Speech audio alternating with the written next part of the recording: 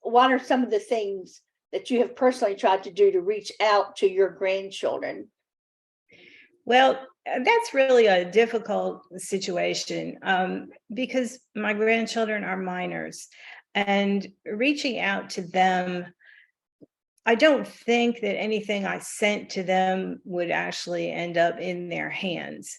And if you persist on reaching out to your grandchildren, you could be open yourself up to some very angry parents, and you don't want to anger your child any more than they already are, because then it only makes it harder on the children because they're more likely to keep them away from you, and it interferes with your healing. Um, my grandchildren now are 12 and 14. Um, so they're still minors, even though they're really old enough to make their own choices. They're still minors and under the control of my son and his wife. My son has moved twice in the last 11 years, and we have never been given their address. So the only way to contact them is if I go and find them. And that's not the message that I want to send. So for 11 years, we've basically walked on eggshells, and we've respected the boundaries that our son and his wife have set in place.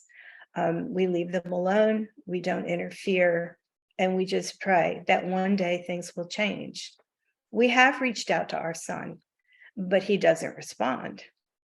Over the years, we've purchased savings bonds for the grandchildren. We purchased them in our name because obviously we can't purchase them in theirs. We put gift certificates for the bonds and greeting cards, and we put the greeting cards in a safe place. I have picture albums with notes. I journal, and I leave notes. I find funny little memes and different things like that that I want the children to have. I've bought them little gifts as when we travel, and I just store them. I keep them kind of in, you say a memory box, but I guess it's a memory drawer because there's too much stuff to go into a small box. The picture albums have memes and little notes. And at some point, our grandchildren will become curious about us. And we pray that they seek us out and give us a chance to assure them that we never stopped loving them and we never stopped wanting to see them. They have a right to have a relationship with all of their family members. There's excellent videos on Families Divided YouTube channel that address the negative effects that alienation has on the children. I want our grandchildren to know that we never rejected them, regardless of what they may have been led to believe.